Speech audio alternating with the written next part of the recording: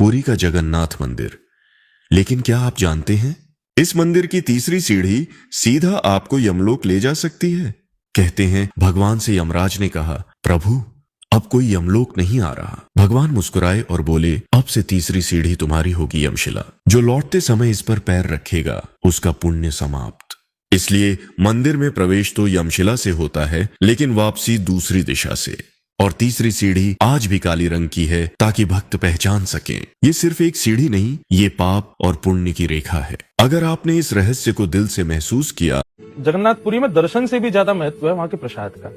जो दाल भात महाप्रसाद वहाँ पर मिलता है, उसको आप दाल और भात तो कहो ही मत, वो साक्षात जगन्नाथ जी। जगन्नाथपुरी का नियम है, अगर आप खा रहे हो, सबसे पहली बात तो आप ऊपर बैठ के या आसन पर कपड़े पर बैठ के नहीं खा सकते, आपको जमीन पर बैठ के ही खाना पड़ेगा। वो महाप्रसाद है, उसके लिए इतनी रिस्पेक्ट है कि नीचे ही बैठ के खाओ। आसन भी नहीं होना चाहिए, पृथ्वी पे बैठो।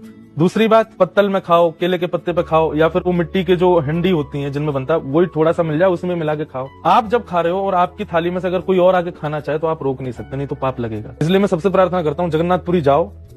जगन्नाथ जी के रथ पर रखे वो 3 बड़े बड़े घड़े आखिर क्यों तोड़े जाते हैं? वो प्रसाद जिसे सम्मान मिलना चाहिए उसे जमीन पर क्यों बहा दिया जाता है? क्योंकि इस प्रसाद का नाम है अधरपाना, और ये किसी इंसान के लिए नहीं बल्कि भूत प्रेत और पिशाचों के लिए होता है। कहते हैं जब जगन्नाथ जी का रथ निकले सारे देवी देवता आते हैं तो वो प्रेत आत्माएं भी आ जाती हैं जिन्हें मोक्ष की तलाश है। उन्होंने खुद प्रार्थना की, हे जगन्नाथ आप तो सबके नाथ हैं, हमारा उद्धार कौन करेगा अगर आप नहीं?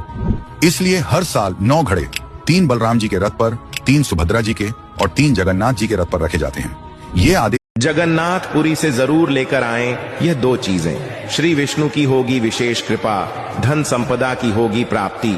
अगर आप भी जगन्नाथपुरी आ रहे हैं तो इन 2 चीजों को अवश्य अपने घर लेकर आए।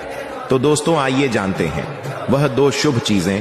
नंबर 1, निर्माल्य।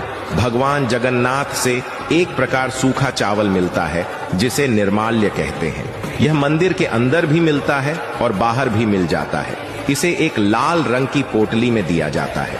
इस निर्माल्य को घर लाकर आप इसे किचन में शुभ जगह पर रख दें।